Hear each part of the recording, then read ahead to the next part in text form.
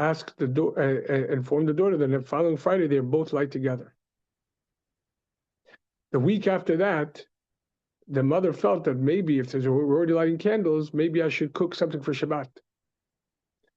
And there wasn't a formal kiddush, but they sat down as a family to eat a Shabbat meal.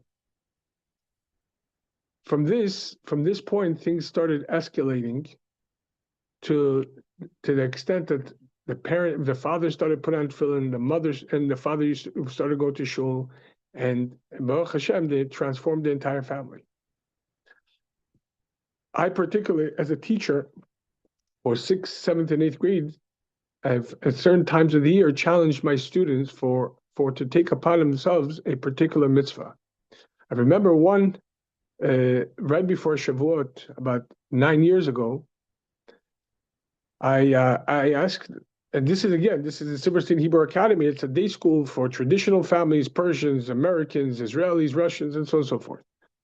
But I broached the subject: who here has a difficult time keeping Shabbat? And several hands went up. And I asked why. He said, well, one said because there are streaks on one of the social platforms. It's very different. He doesn't want to miss it. The other one said, we just simply don't do it at home. So I gave them a challenge. I said, those of you who have a difficult time to keep Shabbat, how about, being that this is Shavuot, where the holiday in which we commemorate receiving the Torah, and we reaffirm our Judaism, how about we give Hashem a present? The Yetzer Hara tries to convince us that it's either all or nothing. It's either I do it perfectly, and if I don't do it perfectly, what's the point of doing it? But the reality is, Hashem appreciates every single, just like a parent appreciates every single thing that the child does towards the parents, for the parents. So does Hashem appreciate every single thing that we do for Him. We don't have to get it perfect. The thought in itself, the courage to get out of our limitation, and the practical deed in itself is what Hashem wants, as we discussed yesterday. So I said, listen, Shabbat is 25 hours. If we can't keep 25 hours, can you keep 5 minutes? Could you keep an hour? 2 hours? And I started taking not just a poll. I said, I would like every person here to take upon themselves something for Shavuot. One particular girl by the name of Natalie Barturov, who was just turning 12 at that point, or she just turned 12, said that she'll take upon herself half of a Shabbat. So it was beautiful. Which means for whatever time you're taking, it's exclusive to Hashem. There's no phones, there's no televisions. You're doing this consciously for Hashem. Very simple. The following week, she told me she didn't only keep half of the Shabbat, she kept the entire Shabbat. I was very, very proud of her. I said, very, very proud of her.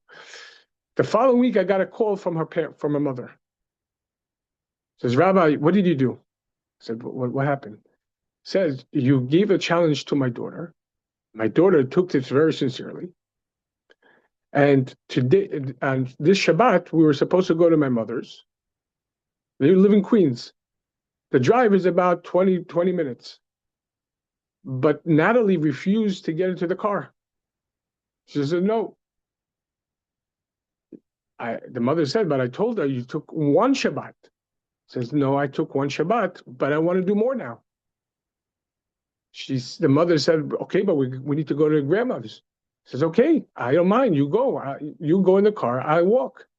Now, the walk is a very long walk. And the mother said, but you can't walk by yourself. He says, well, you could join me, but I'm walking. And she was very stubborn with it. And the following Shabbat, the mother agreed to walk with her daughter. Jump a few months later. This is the beauty of mitzvah goretz mitzvah. From that particular Shabbat, within 3-4 months, the entire family became observant. The mother started dressing in tznius clothes for Shabbat and then continued for the rest of the week. Eventually, the mother put a sheitel on. And they continued sending the original idea was to take their kids out and put them in public school. But then afterwards, after this was in Shavuot. This is towards the end of the year already. And the idea was to send him to public school already for the next scholastic year. However, the kids ended up going to yeshiva. The entire family became observant. Like everyone. I was so amazed by this. Not too long ago, I was going to the Ohel. I saw Natalie with a young man, and she recognized me. I recognized her. She's now in her 20s. And she said, Rabbi, how you doing? I want to introduce you to my fiance. She got engaged to a frum guy. And she told him, the story I told you, how I started keeping Shabbat, this was my teacher. It's very interesting to see how one mitzvah could transform the entire world. How in one act we could transform everything. The Rebbe, and especially during the Bay of Pigs crisis here in America, when there was the talk of the atomic bomb, the Rebbe, as we discussed many times, based on the Baal Shem Tov's teaching, that from everything that we experience in God's world, everything that we see, everything that we hear, there is an implicit lesson in serving God. So Rebbe says, what is the lesson from the atomic bomb? It says it's very simple. On one hand, for millennia, humanity was looking for sources of energy that could satisfy their needs, and especially in the last 100 years. We needed great sources of energy, whether it's wood or coal or whatever it is. But now, recently, they found, the Rebbe said, that in the core of an atom, the core atom of physical, if it's able to be split, then a tremendous amount of exponential energy could be released immediately from something so microscopic. Rabbi said, how does this bomb activated? A button is pressed. One button could change the schematics of the entire world. If this is true in negativity, how much more so, the Rebbe says, when it comes to holiness and positive? If the press of a button could completely change the schematics of the world, then how much more one good deed could change the schematics of the world? Exponentially so. So, and especially when it comes to responding to the youth, as the Rebbe says that, especially during the hippie movement in the 60s, where most of the Americans and adults used to call them long hairs and rebels, the Rebbe says they're not rebelling against humanity. They're rebelling against the plastic dreams, the American dream that was sold to them, that they're being tried to brainwash, be satisfied with having one house and 2 cars and a dog and 1.2 kids and take a vacation. The reality is the neshama of a Jew could never be content with that. And if you deny the Jew their access to the neshama, to the truth, it will come out other ways. Ultimately, we have to give them what they need, even if we're not holding there. Because again, raise your children and not raise your children according to their needs. The neshamot of this generation have a greater capacity for holiness than the previous generation. And what's more, they demand it. But if you see in the world that the world is shaking, and all of this is because the world was raised with married children. This generation was raised with married children and Family Guy and this and that, and it's all funny, it's all nice, but it doesn't address their core needs. So the suggestion is, when your daughter is Baruch Hashem, she's doing something so powerful, let her concentrate on at least one mitzvah with the group that she has, whether Shabbat candles, tzedakah, whatever it is, but it has to be based on Torah, to give them a Jewish outlet and to encourage their friends. As Leibel Wolf related once in a Farbrengen, that when he was a campus rabbi somewhere, I believe in the South or in the Midwest, where there was a population of 7,000 Jews in the campus. So he wrote to the Rebbe, I have a dilemma. The Rebbe speaks about reaching out to all the students, but I'm just one man. So he asked the Rebbe, should I create and facilitate very big programs for the general population, all the Jewish people on campus, the Jewish students on campus? But the deficiency of that is that I won't be able to give them individual attention. I might be able to get one or two or five or whatever it is, but if thousands will come, I can't spread myself to that direction. So the Rebbe responded back, your job is not to interact with 7,000. Your job is to interact with 70. And each one of those should reach out to 10 of their friends. And each one of their friends should reach out to 10. And within no time, you'll have a revolution of global proportion. It's a trickle effect. Because as the Rebbe noted, we are not a chemical reaction. Two Jews interacting is not a chemical reaction, rather an atomic explosion. When there's an atomic explosion, first when the atom explodes, not only it explodes, it starts spreading outwards, initiating every single other atom to also explode. And so the same applies when two Jews interact. Is not just a chemical reaction to each other, but rather an atomic explosion that keeps on going in holiness and greatness and amazingness. And to that end, each and every one of us has that ability. Hashem definitely realizes who we are and what we're dealing with and our challenges and the impediments of growing up the way we did. After all, he, by divine providence, set it into motion. He is, by divine providence, made sure it happened this way. Hashem wants us to serve him with what we have and with who we are, not what we don't have, who we're not. So while some people will say, if you don't keep Shabbat, and if you don't do this, and if you go this, that's not true. That's not truth at all. Truth of the matter is, every single small mitzvah that a Jew does matters. Even when the Jew does it for alternative reasoning, seemingly, that's only external. Because every good deed, every mitzvah that a Jew does originates in their godly soul. So it's not all or nothing. Each person should take upon themselves one particular mitzvah in thought, speech, and action and work on it. A person could say, but what is it really going to do? I'm really not holding there. This is not me. You want me to fake it? The truth of the matter is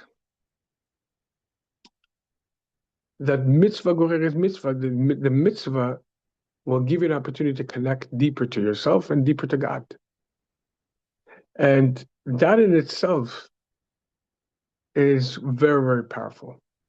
Tell you a story, and then we'll go into the topic that we started yesterday. For my 30th birthday, I was a rabbi in Cleveland, in a Russian community. And Baruch Hashem, through the time I was there, I amassed about 250 students. They'll come to the programs, or a lot of them will come to the classes, and so on and so forth. There's one particular woman young woman by the name of, her name was Maria, Russian. We gave her the Jewish name, Miriam. And for my 30th birthday, she asked me I was having a Friday night dinner for bringing to celebrate the birthday. And she asked me, Rabbi, what present can I give you? So if you want to give me a present, light Shabbat candles for 4 weeks. And she told me, and she said, but that's meaningless to me. I said, you asked me what present you give me, not to yourself. Light a Shabbat candle for 4 weeks. What is it for you already? For a minute, I'm not asking you to keep Shabbat, just light the Shabbat candles. She was somewhat taken aback, but she reluctantly agreed, citing that it's not really going to mean anything to her. Because she didn't grow up observant, she grew up in Soviet Union. It doesn't really mean anything to her. Friday morning, she called me up and said, Rabbi, tonight's your birthday, I'm going to light the Shabbat candle, but I have one request. Please get me a Shabbat candle lighting guide that's translated to English or to Russian, because I would like to understand what I'm saying. I want to say the blessings in my spoken language. I said, okay, no problem. In the shul that I was in, but I was running around the entire day shopping and setting up for the Kiddush. And last minute, I remembered I needed to go to shul to pick up this pamphlet for her and then drive it to her. I ran into shul, grabbed the pamphlet, drove back to her building. I called her from downstairs. She came and took it. I said, Aslach Rabba, much success, etc., etc. She came to me Friday night, and she said, Rabbi, you should know I'm very upset with you. I said, why? What happened? She said, I distinctly asked you to give me a translated pamphlet so I could say the words in my spoken language. I said, okay, that I gave you. He said, no, you gave me transliterated. It was in English, but it's transliterated to Hebrew. Now, I didn't pay attention. I thought I took the right one. Apparently, I didn't. So I started apologizing. I said, I'm very sorry for next week. She said, no. At first, I was very upset with you because I was frustrated. It's not going to mean anything to me. And then on top of this, to add insult to injury, now I'm going to say it transliterated, saying words that mean absolutely nothing to me. But as I started saying the words, Baruch Atah Hashem, a memory flooded my mind when I was a child back in Soviet Union. As a child, my grandmother lived with us. And every Friday evening, I would watch her light candles. She didn't explain to me what she was doing. And she would say the words that I didn't understand. As I started lighting the candles, it said the bracha, transliterated to Hebrew, it said, Baruch Atah Hashem. The memory of my grandmother flooded my mind lighting the Shabbos candles. And then for the first time, I realized my grandmother was lighting Shabbos candles. And in lighting the Shabbos candle and saying these words, Baruch Atah Hashem, I'm saying the exact words that my grandmother used to say.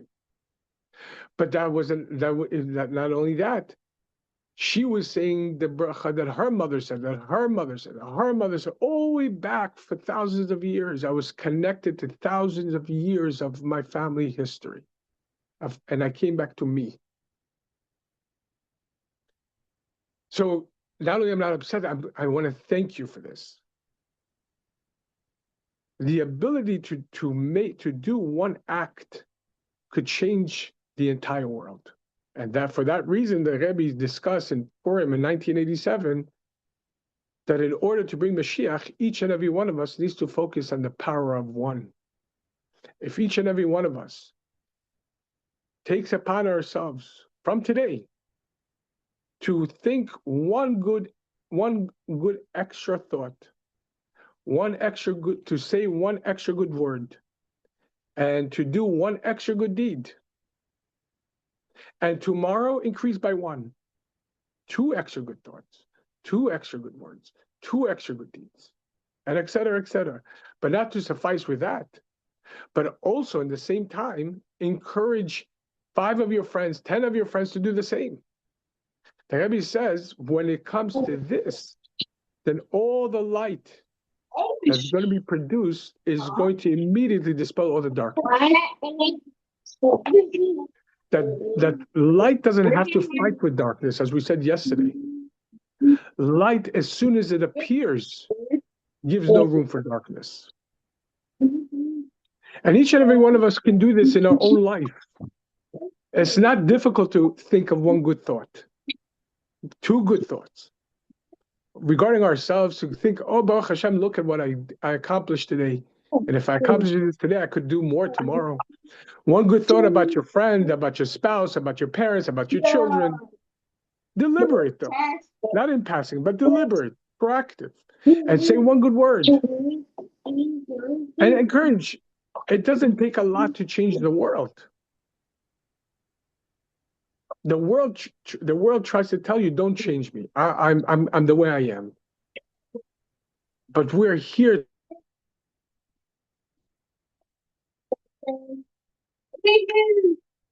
Hashem desires this world more than he desires all the supernal heavens. And even the angels envy us because our ability to bring exponential godliness and ultimately God into a world that they can't through the mitzvah. So it's a beautiful thing that your daughter is doing this Jewish club. I can tell you, when in school, when I was, I don't know in which school she's in, but I remember growing up in high school, we had a Jewish club. And I even though I wasn't observant, I went there to see what was going on. In reality, nothing was going on. It was just a bunch of us sitting together and talking, and we inevitably talk about shows or this or that. So it was a bunch of Jews, and that in itself has a benefit. Jewish people getting together, that's in itself, and especially for the sake of Judaism, is very, very, very precious in the eyes of Hashem. But to encourage to actually do something practical, whether it's lighting Shabbat candles, giving tzedakah on a daily basis towards a Jewish cause, to honor your parents, to be compassionate to another Jew, to try to keep 5 minutes of Shabbat, 10 minutes of Shabbat. Whatever it is, even if they can't keep 5-10 minutes of Shabbat, they could start by unscrewing the light bulb in the refrigerator so they don't turn on the light every single time they open the refrigerator. That in itself is already something. It's already making a humongous impact. To leave the light on in a closet so you don't have to, in the room, so you don't have to turn on the light, or in the bathroom, leave it on. So every single small act matters to Hashem.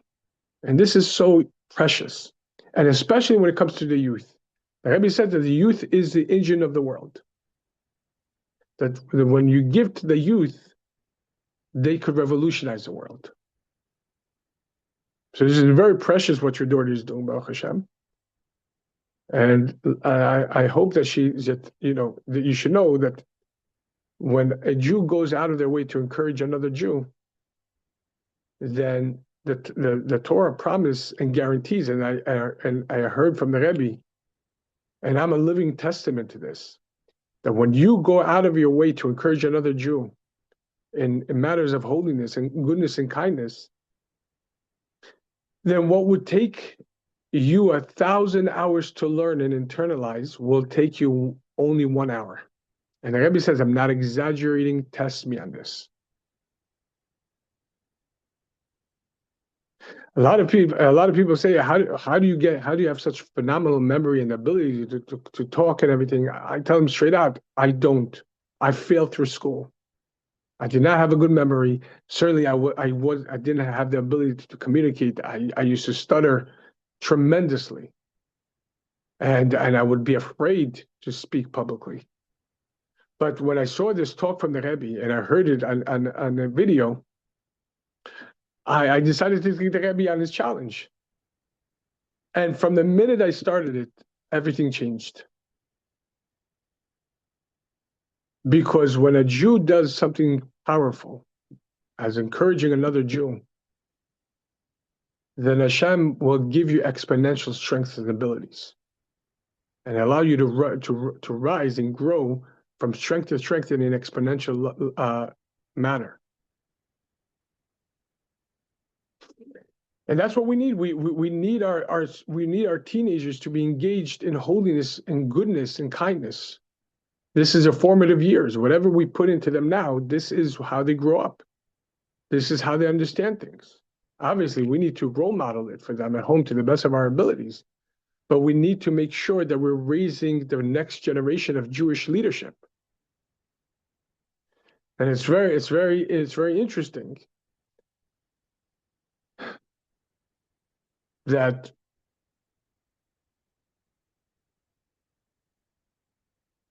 as we spoke about yesterday, our jobs as parents is to set the precedence, even though we, on some level or another, weren't giving this as we were growing up. And again, it's not to our parents' fault. They didn't know any better, and they did their very best in raising us based on the limited tools that they had, and limited knowledge that they had, and limited resources that they had. They did their very best. But certainly we, Baruch Hashem, are blessed with so many tools and so much knowledge and so many resources in every single scope of the word. And all of this, as the Rebbe said, as when he took leadership in 1950, the Rebbe brought a very famous parable of a king who in order to win the battle, the war, the king is willing to go into his treasure trove and expend all the treasures upon the ministers and the generals of the army in order to win this war, because this war pertains to the essence of the king. And not only the revealed treasures, but there are treasures that the king has in storage that were passed down from generation to generation from the previous kings. And these treasures are so precious that even the king himself doesn't go and look at them. But in order to win this war, the king is willing to expend everything out. Bizbuz ha'osros is called. The wasting of the treasures just to win this war. The Rebbe said in 1950 that this is going to happen in this generation. Today we see it. I myself I'm in about a week and a half, 2 weeks. I'm going to be celebrating my 30th anniversary from coming to Chabad on the 30th of Shevat on my Rabbi Osher Kravitsky Alav Shalom's yortzeit. And I can tell you, from the moment that my neshama was ignited from that class, and I sold my CDs the next morning and bought the Tanyas, that's all I wanted, is to learn more. So I told myself to read Hebrew because the English books that were available weren't translated correctly. And even though in the beginning all I could do is read the English because I didn't know how to read Hebrew yet. But nevertheless, English didn't do it. Today, Baruch Hashem, and what was available back then, it was even like it was a handful of what's available compared to what's available today. Online, on chats, in stores, Amazon, and the translation is so amazing, and the style, even in Hebrew, is broken down now on so many different layers and levels. We have so much in our hands today. And kashrut, how much food? I remember when I first started 30 years ago, kosher wasn't as developed as today. Certainly it wasn't as sophisticated as today. In every single level, and what was available for children to watch wasn't available like today. There's so many good good Jewish videos for children that's available to Vito and Chabad.org and so on and so forth. There's so much available for the children today. This is Bizbus Ha'Yisros. In other words, it's a wasting the treasure, because even if a person would want to read and learn, let me show you something. On Friday nights, this is right what I do over here. On Friday nights after Kiddush, I get to sit and learn. For 5 hours, it takes me to go through a quarter of these books, and still I don't get to everything I want to. This is called Bizbus Ha'Yisros. This is a wasting of treasures. Impossible to get to everything today. But the king, Hashem, expended all the treasures from all the generations onto this one generation. So we will win the Galus war. So there will be Mashiach. And because we have so much available to us, it is absolutely prudent and an obligation on our behalf to utilize it. Not only the king's treasures, but the very fact that each and every one of us knows that. So down in our families, previous generations lived and died for Judaism, literally, in order to maintain the integrity of their Jewish homes. They went one generation after another, and we have an obligation towards them. And they're counting on us. In Shemaim, they're counting on us.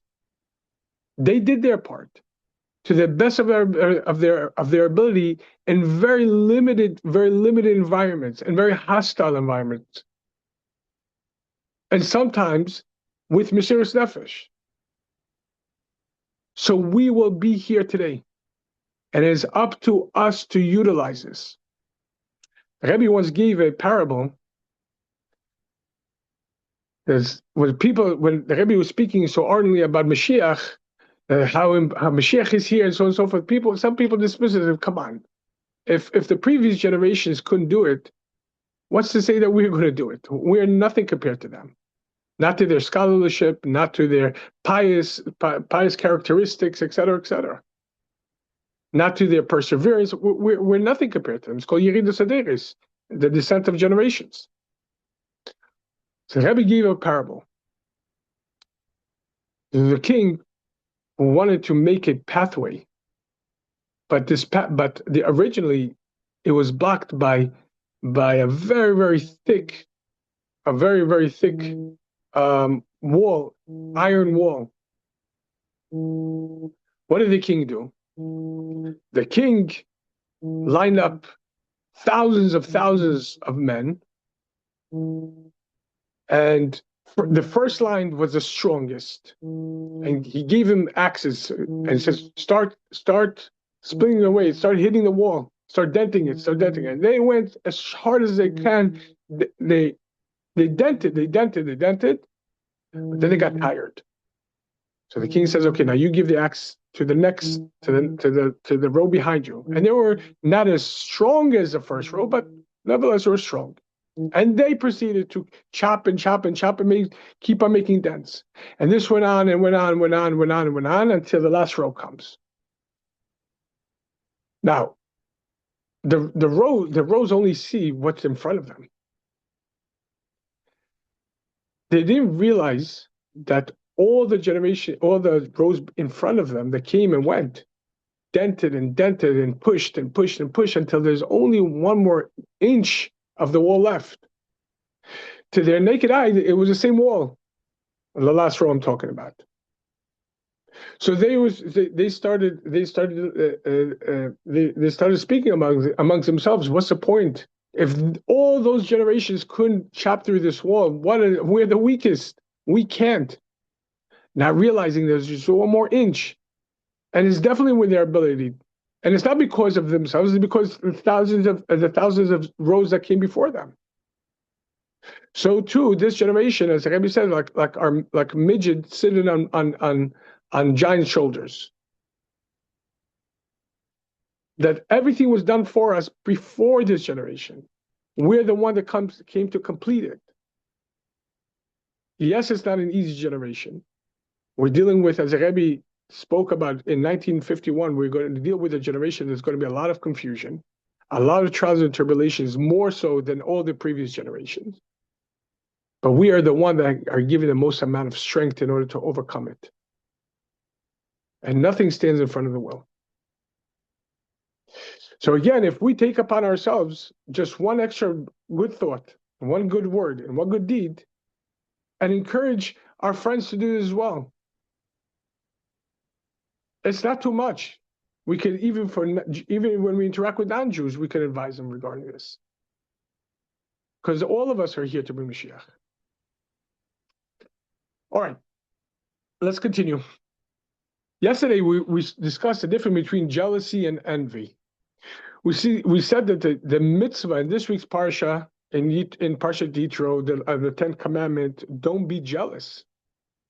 And so jealousy, as we translated yesterday, is not just an inborn emotion, an internal thought or emotion, but rather a thought and emotion that drives one to behave, to coax the other person to part with what he has, so he could take it because he wants it. Envy, as we discussed, doesn't lead to action, but it's no less insidious than jealousy. To a certain extent, it could be even worse. Our sages in the Talmud teach that a negative thought could be worse than a negative deed. Because a deed is limited.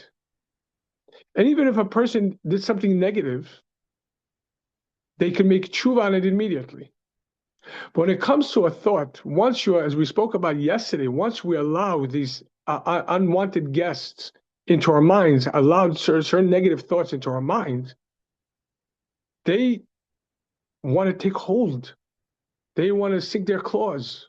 They want to spread themselves all over. Once we allow a negative thought, a toxic thought to enter, and we start entertaining it, then it starts saturating our entire thought process. And it's very difficult to pinpoint and excavate it. For that reason, lechatchila, to begin with, we shouldn't allow it in.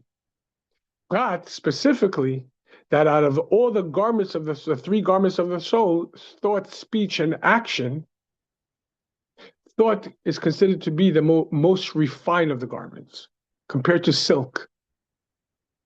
When it comes to a stain on a wool garment, or even cotton,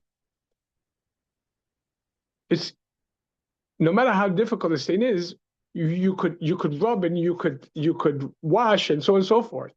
The garment itself could withstand that kind of friction. But when it comes to silk, a small little stain is very difficult to get out. So too, when it comes to the garment of thought, allowing a negative thought to take hold in our mind, for us to start thinking about it and entertaining it, and letting, as we spoke in the Tanya class, that emotions are born from contemplation. The more we think, the more we feel.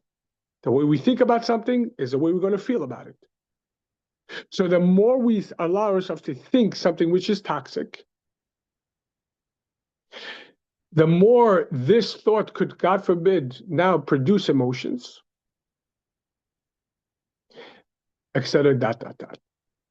For that reason, the famous axiom that we brought up several times already in different Farbrengens and classes, mind your thoughts, they become your words. Mind your words, they become your emotions. Mind your emotions, they become your behaviors. Mind your behaviors, they become your habits. Mind your habits, they become your life. We have to be so meticulous with our thoughts. Which thought do we allow in? If it all has any smell of toxicity, don't let it in. It's not up to us. Our aim is to drive it away. The Alter Rebbe explains in the Tanya based on Shlomo HaMelech's words in Ecclesiastics. Shlomo HaMelech says, I saw that there is an advantage of wisdom over foolishness, as light has an advantage over darkness. What's the difference between, what's the connection between wisdom and foolishness and light over darkness? Chassidus explains this, and Alter Rebbe explains that there's two connections. There's two vital connections that we have to internalize from this. Number one, just like in turning on the light, the darkness will immediately be dispelled.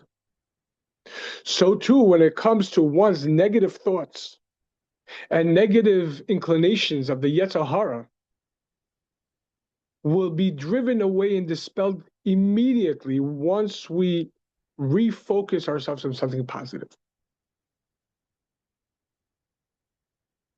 Once we turn on the light within ourselves, the darkness has no more room.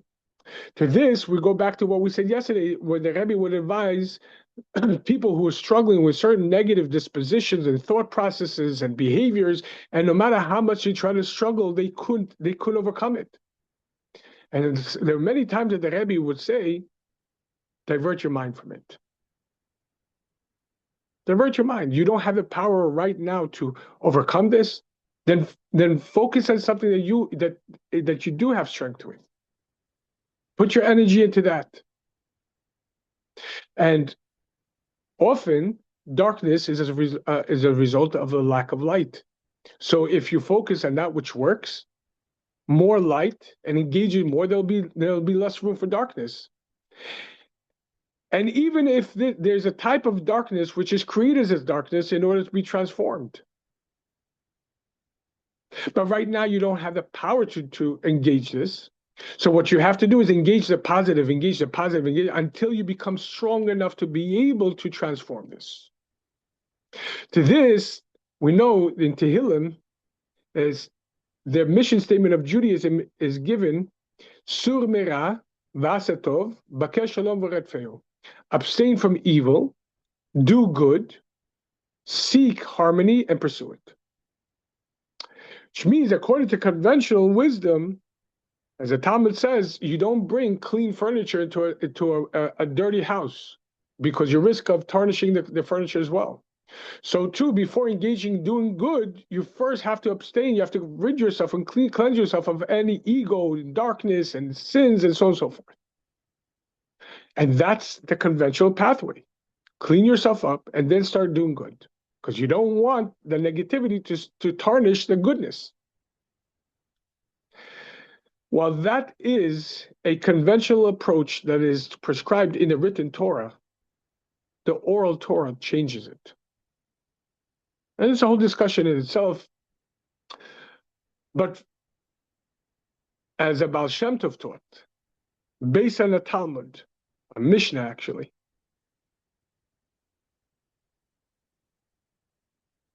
while conventional wisdom tells you abstain from bad and then do good, we could abstain from bad through focusing on the good. The more we start focusing on the goodness, the more we start engaging goodness and doing goodness, the less room there will be for negativity.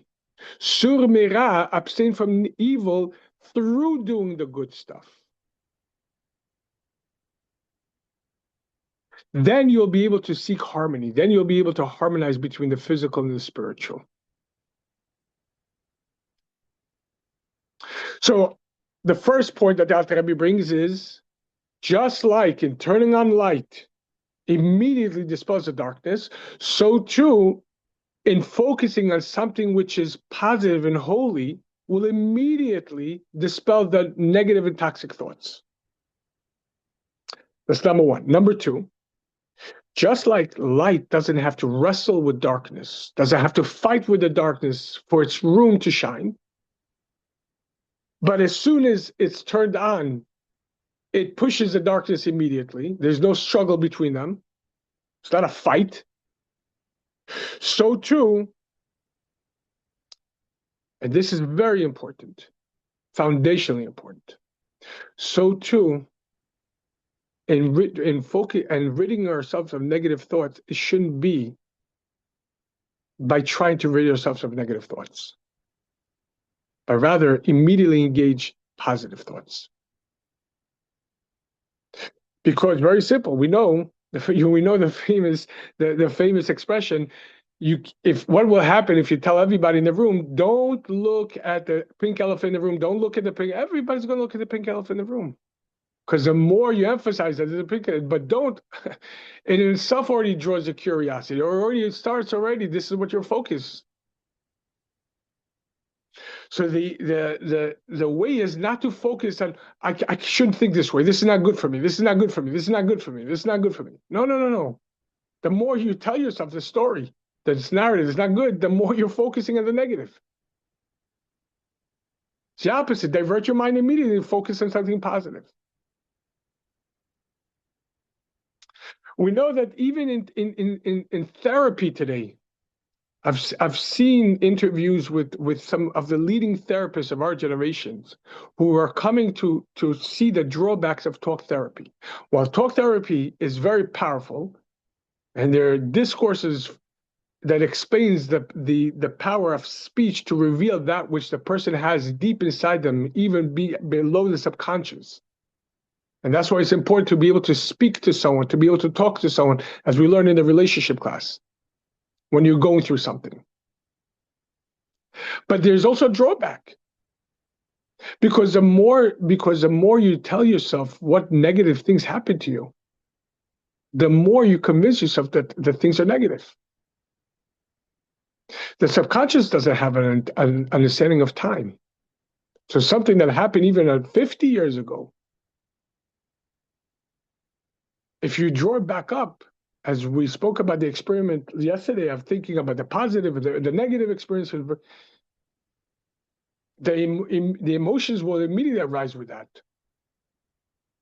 And the cortisol will immediately be dumped, even though it happened years ago. We have to be careful of the narratives we tell ourselves and how we tell the narratives, how we frame it. So we don't have, what comes out from this is, number one, as soon as we focus on positive, darkness is dispelled. And number two, it's not by telling ourselves that something is wrong, but focus on what's strong with you.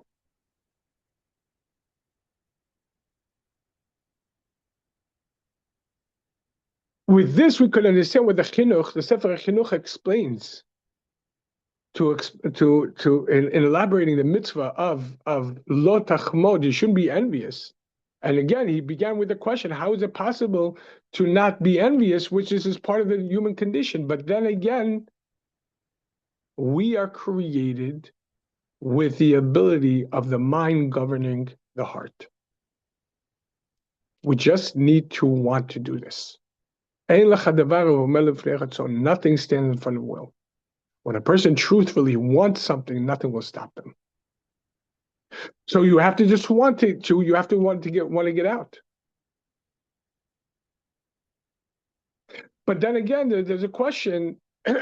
Okay, but I did this yesterday, and it didn't. And I had a momentary victory, but then it comes back again. I believe we spoke about this in last week's class, but this story once again fits over here, so we can use it. Prior to Reb Mendel being Reb Mendel, as they're saying, in order to become a wise old man, you have to start as a stupid young kid.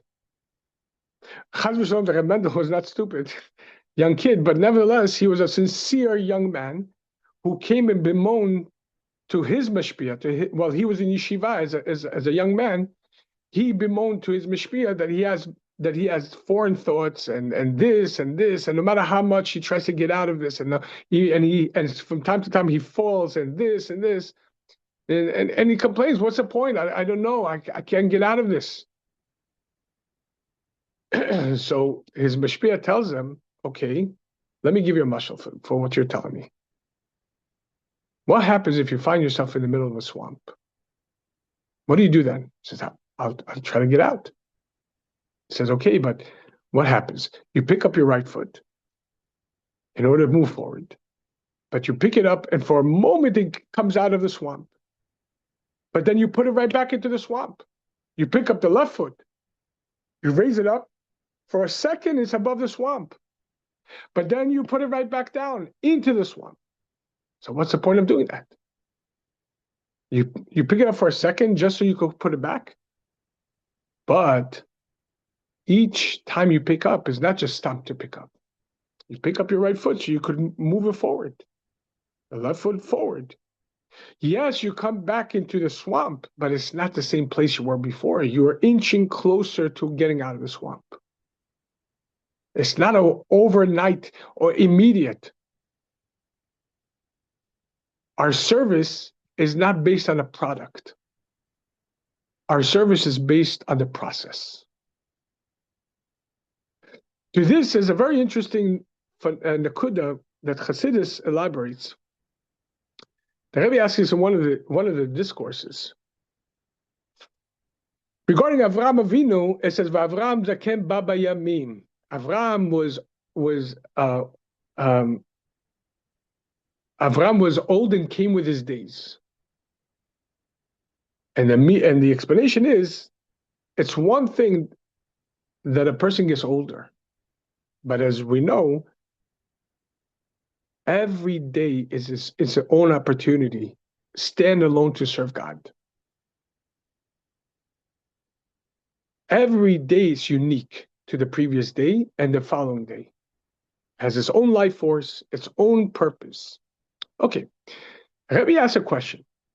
If the aim is for a Jew to put on tefillin, let's just say 1,000,000 times in their lifetime. So technically, a person could take a half a year off, and spend the entirety of the day putting on tefillin, take him off, putting on.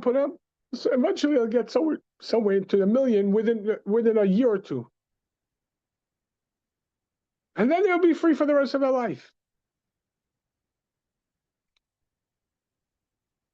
But the aim is not the product. The aim is the process.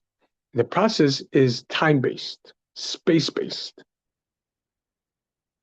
Each day and each place needs to be engaged. There are certain opportunities that arise on Sundays and certain opportunities that run on Monday.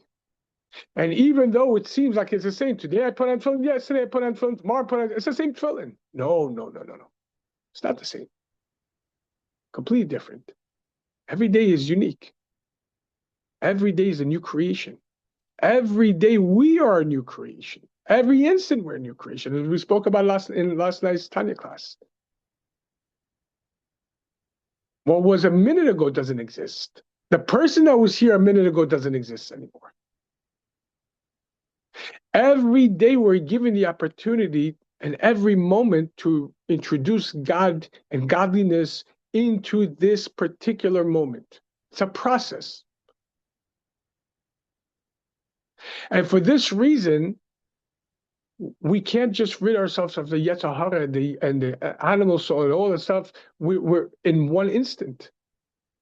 As Hashem says to the Jewish people, when you come to the land, I'm not going to drive all your enemies away. Drop by drop. Israel wasn't conquered in one day. And for this, we have to understand that the day-to-day struggles that we have, even though it might look like the same struggle, they're definitely not the same struggle. Each day is unique. And even though we've done this already so many times, each day in itself chips away in gullus. Each good deed that we do, each time we drive a negative thought away by replacing it immediately with a positive thought, with a positive deed, a positive word, in itself is unique in time and space. And all that precious to Hashem. And to ours. And more so, as Rabbi explains in the Tanya,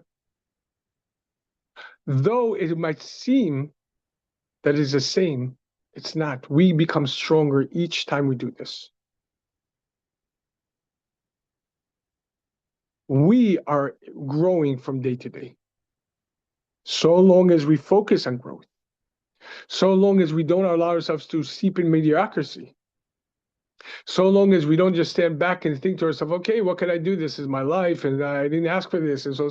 No, this is your life. And you did, as we learned several months ago, you did ask for this. Your neshama was shown exactly this. You're the mission before it descended into this world. And God asked it, okay, in order to accomplish your mission, I'm giving you the ability to choose your resources, your relationships, your body, and your settings, and your strength, and your deficiencies. I'm giving you all that. You choose. You check what marks you want, mark what, and check what you want, and that's what the world you'll come into. You chose this because you understood that only through this life and these settings you could accomplish what you need to accomplish. So we can't just sit back and say, "Oh, it's not my circus, not my monkeys." We have to focus on increasing goodness and kindness within ourselves, and knowing that each good thought and each good deed and each good behavior, word that we do, matters exponentially and infinitely. We don't see it yet. Only when Mashiach will come, we'll understand. As our prophet tells us, when Mashiach will come, we'll thank God for the afflictions and the torture that we went through. Because then we'll understand everything. Then we'll see the entirety of the picture.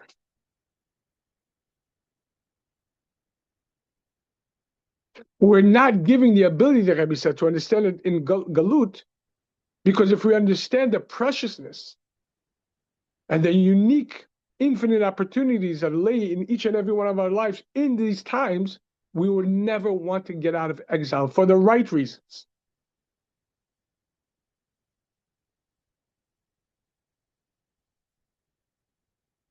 And so wherever we are in life, we have to realize, number one,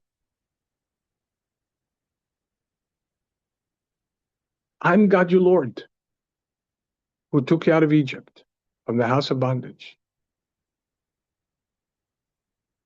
In introducing himself in Mass for the very first time in history, on Mount Sinai, to the collective Jewish people, when Hashem spoke the first of the Ten Commandments, we would expect that Hashem will introduce himself to the masses of the Jewish people together. But how does Hashem introduce himself? Anochi Hashem Elokecha.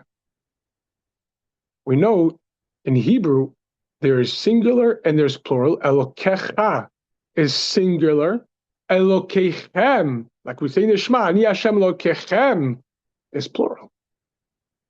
Now Hashem was speaking to 3 million men, women, and children, as well as our sages explain that all the souls that were ever going to be born were present on Mount Sinai to receive the Torah. Hashem should have spoke in the plural. But rather, our sages explained that Hashem was speaking to each and individual one of us. I'm God, your Lord. I have a unique relationship with you. I aside from everyone else, I know who you are. I know where I put you. I know how I created you. I know the strengths and limitations that I've endowed you with. I'm yours. I want you to get to know me through everything I give you. What does that mean?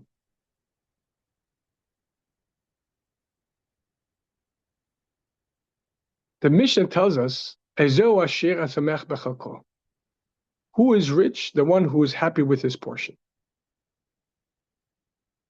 The Mishnah is asking, who is rich? So the answer, if this is the route that we're going to take, the route of contentment, then we should say someone who's happy with his money. Who's rich? The one who's happy with and content with the money that he has. But it doesn't say that. The verbiage is very concise. and very precise. Who's happy with his portion? What's a portion? The portion that God meted out for you in life. Your portion. Your unique portion that no one ever had or will have. Because nobody lived your life. Nobody lived in your setting, in this time, in this space, ever. Each and every one of us are literally history makers. Every instant is a unique opportunity to make history. We are, whether you're conscious or not, we're making history. The question is, which type of history?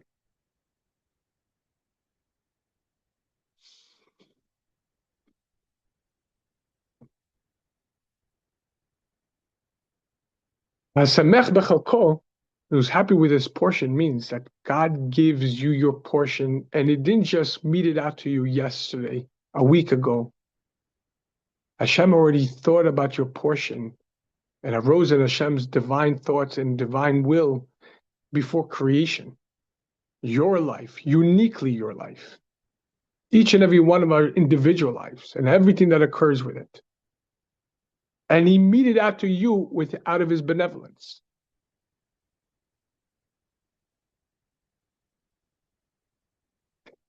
There's a story with the Chofetz Chaim, Yisrael Meir Kagan, the author of the very famous sefer called Shmiras HaLashon, the laws of Lashon Hara. As a child in Cheder, the rabbi was and the teacher asked the students, talking about 5-year-olds, 6-year-olds, if you were God, what would you do different? And one said, if I was God, I would heal my neighbor's father. He's not well, and it's really impeding the family. The other one says, if I was God, I would give more money to my parents so they could have an easier life. When it came to Little Yisrael Meir Kagan, he says, so no, what would you do different? He says, nothing. I would do nothing different. Because it's exactly how it needs to be.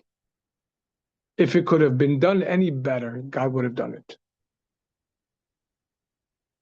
As we said, as we say every morning, Hashem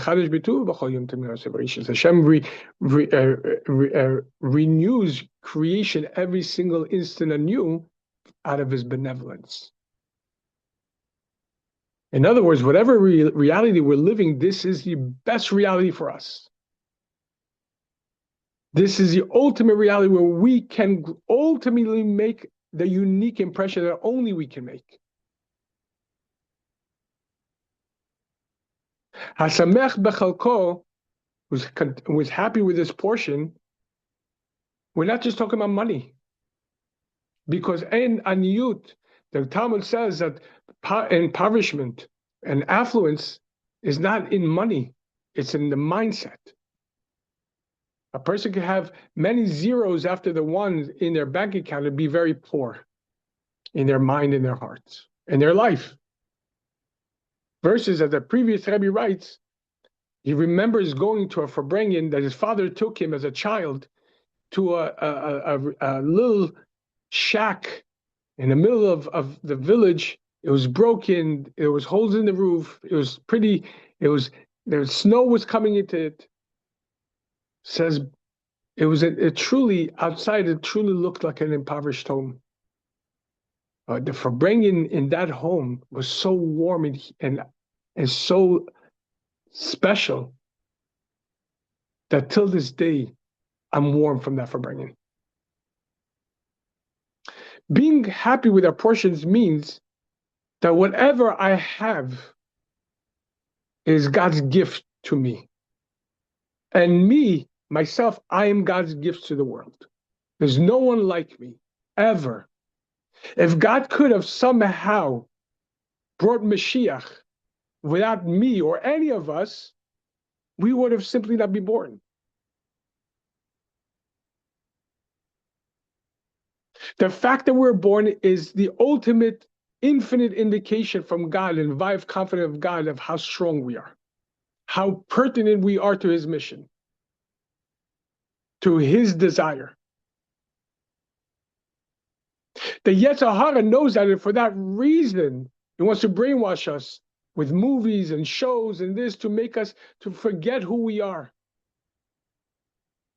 To show to us advertisement of things that don't belong to us, have nothing to do with us, to confuse us. Torah is God's will and wisdom, and it teaches us exactly who we are and how precious we are. Not Chas v'Shalom looking down on you, on anyone else. It's the opposite.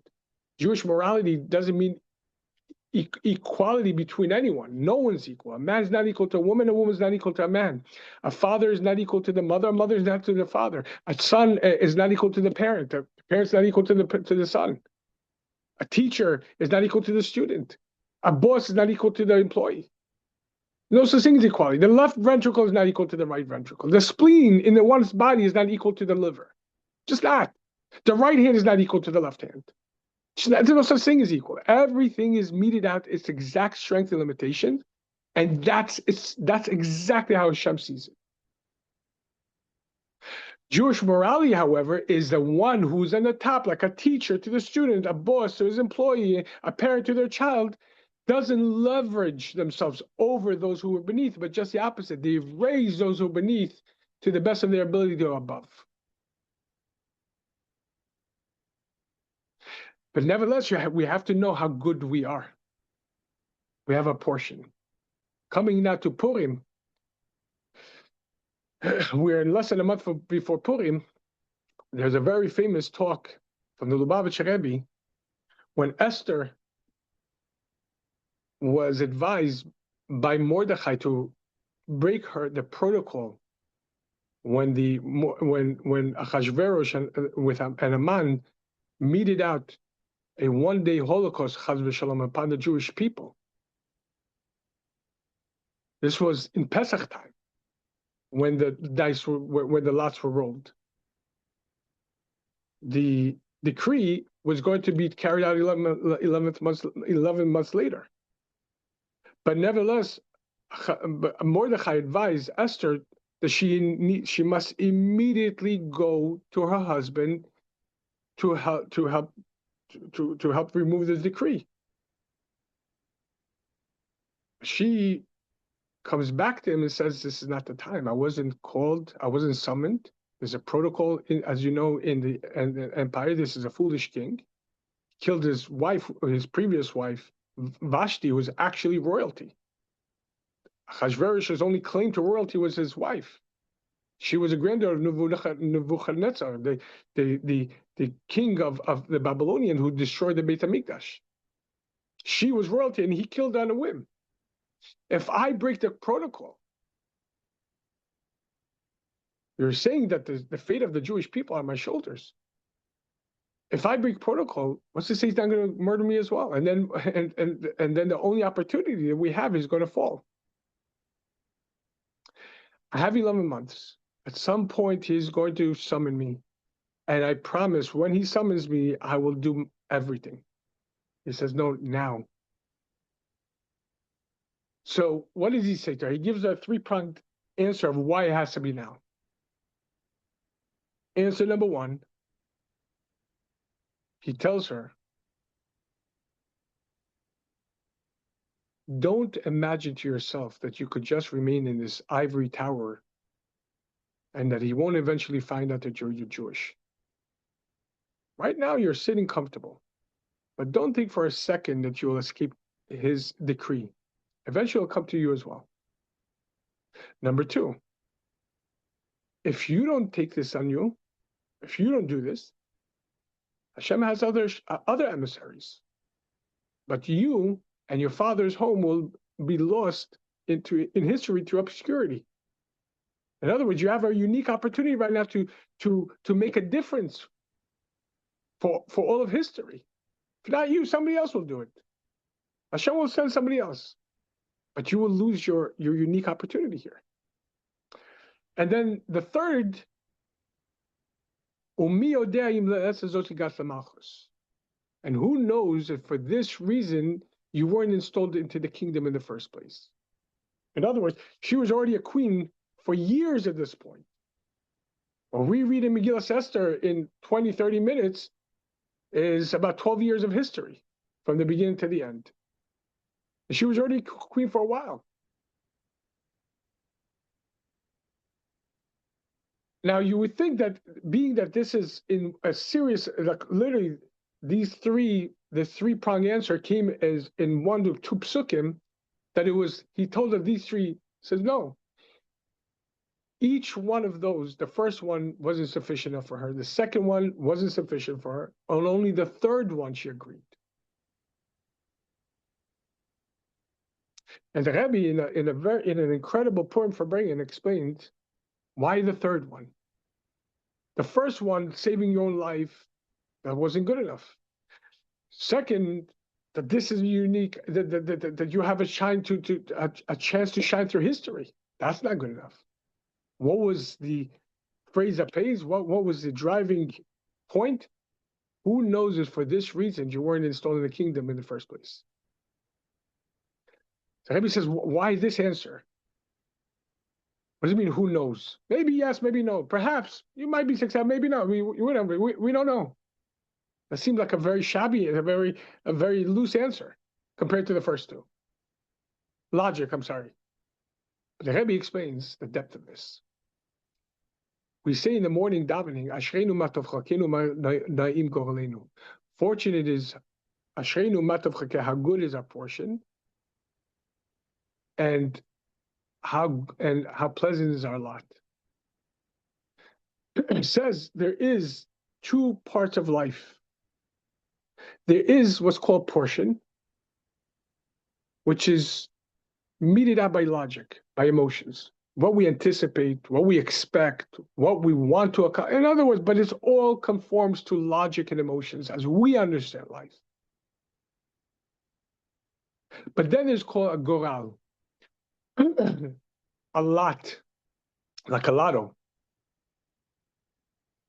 This doesn't stem from logic. This is above logic. In all a million years, a person could think and sit and delve into very deep thoughts. The person could never for a split second imagine that this could happen, that this is going to be their life. In other words, this is not, it's not a sequential movement. The Rebbe explains that's because Hashem meets out reality from his thoughts. But then there is something higher than Hashem's thoughts, which corresponds to lots. What is Mordechai tells her? Who knows if for this reason you weren't installed in a kingdom? Means this is coming from a place of Hashem is called who knows, above knowledge, and that's why it doesn't make sense.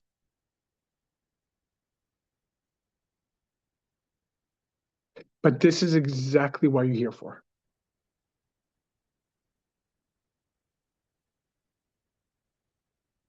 And that's why your opportunity is right now.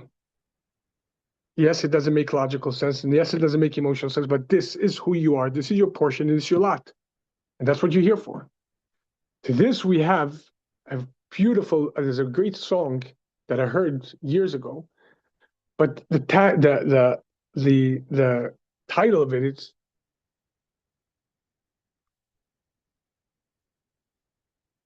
whatever perhaps that what you're going through right now in your life is the reason why you were born.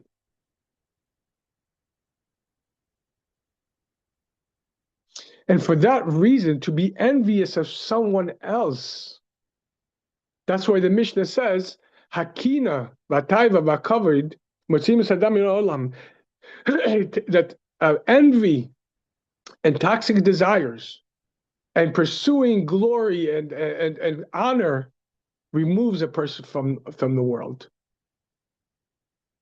You see people doing all the time, and they're in the world. It says, no. Their world, their purpose. It drives them away from who they are. In focusing on how come this one and this one has and I don't, is not taking into account that I have a unique portion of this life. And for my purpose, I need to have these settings. I can't have somebody else's settings. Whatever Hashem gave the other person, that's what he gives them, and that's what they need to serve. What Hashem gives me is what I need to serve. Instead of, God forbid, self-loathing, it's the opposite of Hasamech bechalko. Be happy with your portion. Be happy with your lot.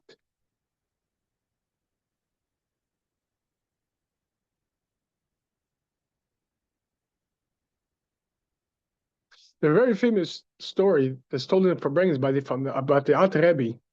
And once he had a man who was living in dire poverty.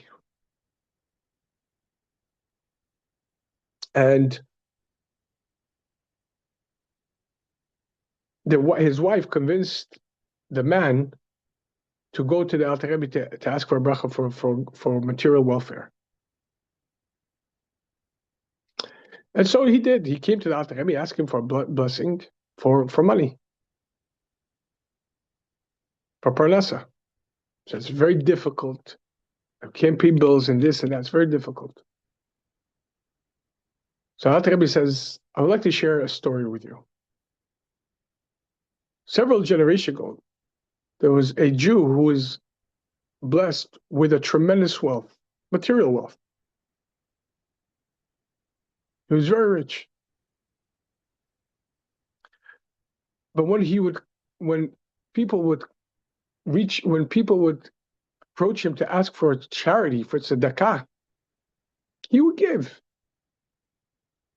But he would give very sparsely, very little. When he came after 120 years,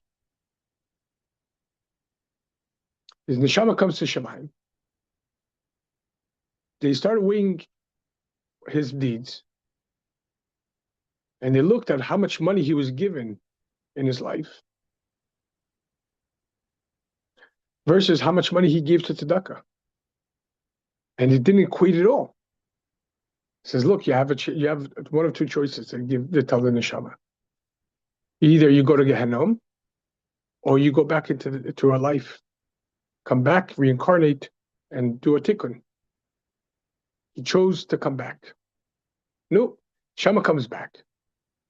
Once again, it's endowed with tremendous wealth. Once again, to give the right amount of tzedakah becomes very difficult. And so he gave, but nowhere to the degree that he could. Once again, after 120 years, the neshama comes back to Hashem. And once again, it's examined and says, look, the amount that we gave you versus how much you expended on tzedakah is disproportionate. You're failing to get the point of your wealth. Once again, you have a choice: Gehenom or to come back. He says, I'll come back, but please, I'm asking you, please, don't give me money. I can't handle it. It's too much for me. Let me live a life of poverty rather than give me this money. It's too much of a challenge for me. The Alter Rebbe concludes the story. He says, and now you're here asking me for money, even though you asked Hashem not to give it to you. Your settings are unique to your mission.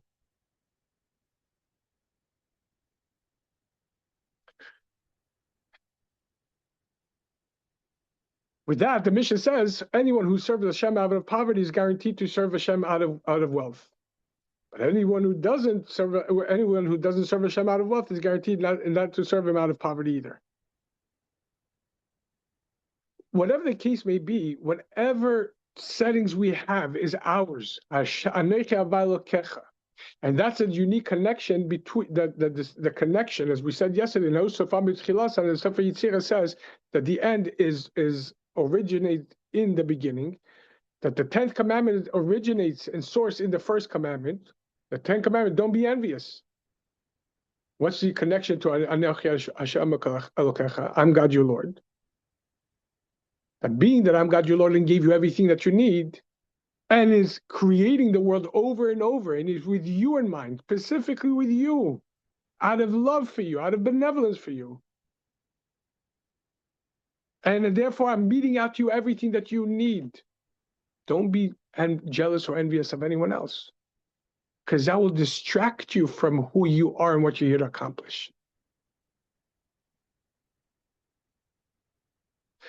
Having said this, and with this we conclude, there is an inyan of Kinas Ephraim, the envy of scholars, which, as we started speaking about yesterday, is very different than plain envy. Where plain envy is, how come he has and I don't? How come he has a good family and I don't? A good marriage, a good children, or easy parnasa? How come him and I don't? And deep inside, somewhere deep inside, this is the insidious aspect of envy. There's a point where misery likes company. Or if I can't have, and deep inside, I'm really not happy for this person having, even though I'm so proud, I'm so happy, good for you, but deep inside it hurts. And deep inside, if this person loses his money, not that I will cheer, God forbid, but somewhere down in the koch. Now at least the playing field is even. Versus scholarly envy, it's not to how do I get what he has? How do I achieve this within my own life? How do I reach that kind of a bar? I'm glad for this person.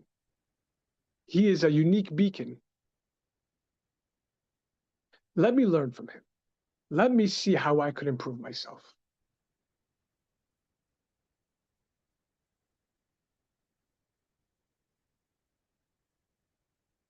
Finish off with a story from Meir Simcha of Dvinsk.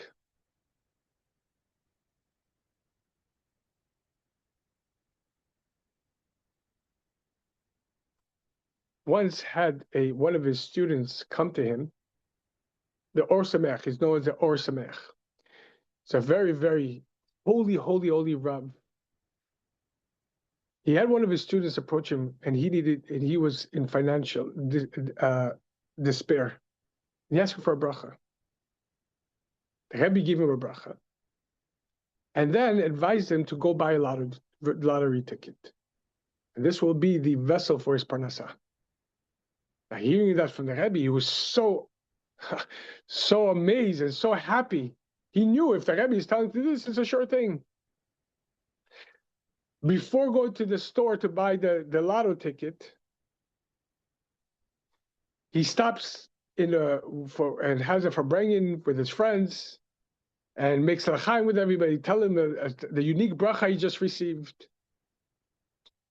And one of his friends tells him, listen, I would love to join you.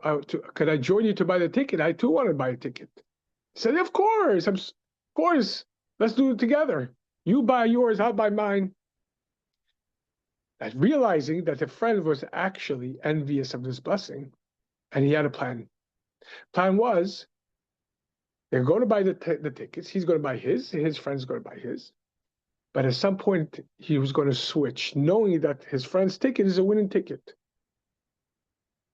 No, he did the switch. The lotto was held. And ironically, the ticket that he himself bought, that he switched and gave to his friend, won. And his friend won the money. Well, technically, this was his ticket. But, he switched. But he goes to Rabbi Simcha of Dvinsk and tells him, listen, I'm going to admit I did something terrible. But there's a principle. Modev Ozev, Yerucham. There's a principle in the Torah that says somebody who acknowledges that they did something wrong and they take upon themselves to make a turnaround. The people should have compassion on him. Don't just hold it against him. So, okay, I'm admitting I did something wrong and I promise I'll never do it again. But Rav, there is an issue here. His ticket was my ticket. I won. I switched. Yes, I did a wrong thing. I promise you I'll never do it again. But it was my ticket. Doesn't this money belong to me? The rabbi thought for himself and said, wait a second. He thought he says as follows. When Hashem determines the winner, he doesn't determine which ticket is going to win. No, he determines who is going to win. Which person deserves that money or needs that money for their tikkun or whatever it is. It wasn't your ticket that won. It was him. I gave him the bracha. This is his portion. He was supposed to win it one way or another. It doesn't matter what you do, he's going to win it. We have to understand that whatever belongs to our fellows, whatever success, or God forbid, negativity, that's part of their life. We shouldn't be envious of either.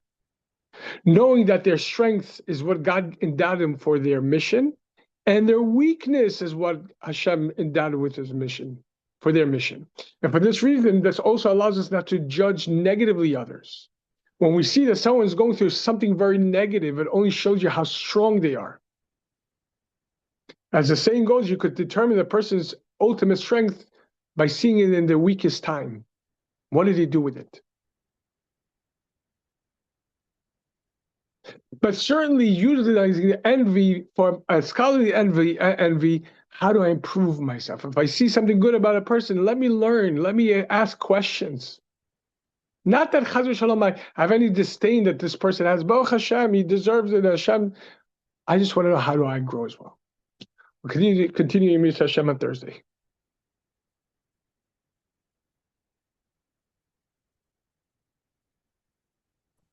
Thank you, Rabbi. Thank you, everyone, for joining. Have a good day. Thank you. Thank you.